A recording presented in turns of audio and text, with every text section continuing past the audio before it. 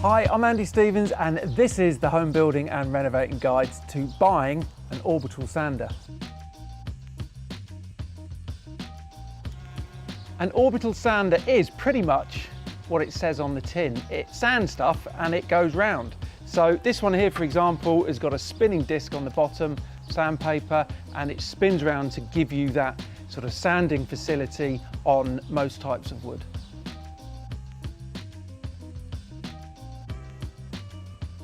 So the main things you'd use an orbital sander for, well, decorators will use it on walls. So if the plastering's a bit shabby, if the filling's not great, depending on what grit sandpaper, they will use that to get the wall ready to paint. Secondly, between coats, very high number grit will give you a lovely finish. So decorators will use that. It can also be used to get wood down to a really nice level. If you're putting a worktop in and it's a bit rough, or you put a joint in as a discrepancy by 1/2 mil, this is perfect for that. And the other thing, if you want to paint an old, such as this house, which is 1920s, you might want to take paint off, probably 6-7 layers of old gloss. This is great for that. So the higher the grit, you can strip the old paint off, take it back to wood, ready for your primer and undercoat. So 3 main things this sander will do.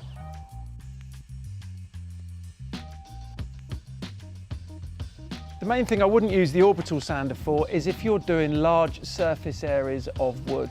The belt sand, you've got a lot more sandpaper, which covers a bigger area, so therefore it's a lot quicker. This thing, despite what some people try and use it for, it doesn't cut stuff. You're not going to polish up concrete with it or a screed. It's purely for wood and also types of filler and plaster.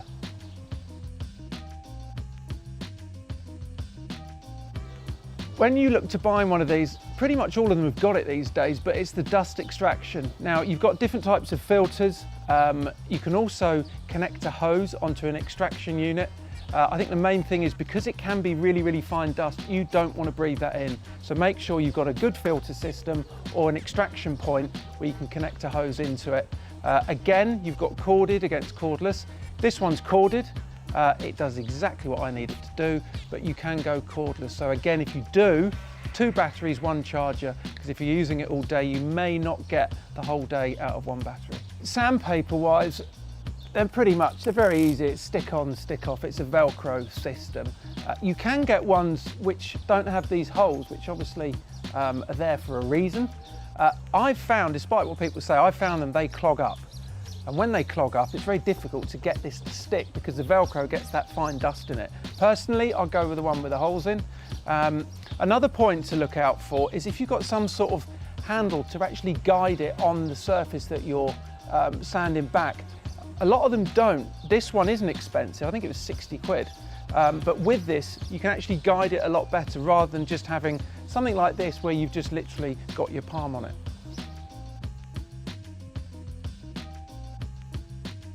Now, being a trade, I had to be realistic with this. Am I going to use it all the time? The answer is no. I didn't need to spend serious money on it. Your top end, there's a Festool one at best part of 500 quid. If you're a joiner or you're working with wood all the time and you want to get that perfect finish, yes, you need it. This one is what I would call one of the sort of budget entries. I think all in, and I got a case, obviously the filter system, all of that was 60 quid including VAT, which I don't think is bad. This will do a job for me, being a trade. You can get them as cheap as 20 quid. I think McAllister's one that I saw for just under 20 quid. And then you can go up to the cordless ones, the more sort of mid-range, your Bosch, DeWalt, Makita, Milwaukee, Metabo. But to be fair, I think 50, 60 quid, you've got a good machine. Unless you're on it all day, every day, that is all you need to spend. This is a good bit of kit. Big difference between spending money on this as an entry level all the way up to your sort of superior brands is the robustness of it. Now, there's a lot of people say that these can produce faults.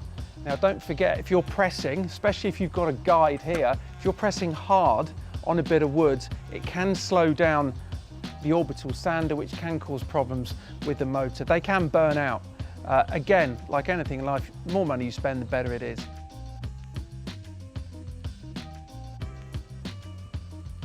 Accessory-wise, when buying an orbital sander, clearly sandpaper. It's measured in grit, so that's anything from fine to coarse. The higher the number of grit, the finer the finish. So 240 plus is very, very fine. And then the lower number, the 40s and 60s, is really, really coarse if you want to get that old paint off a skirting board or a door. And it's a lot more coarse, so it will give you a lot rougher finish. So usually start with a low grit, work yourself up to high grit. This is the other thing. Please, please be careful with this. The dust is so fine, you don't want it coating your lungs. So make sure it's got a good filter system or a connection that you put an extraction hose into. You don't want this dust in your lungs. With this fine dust, it can get clogged up internally.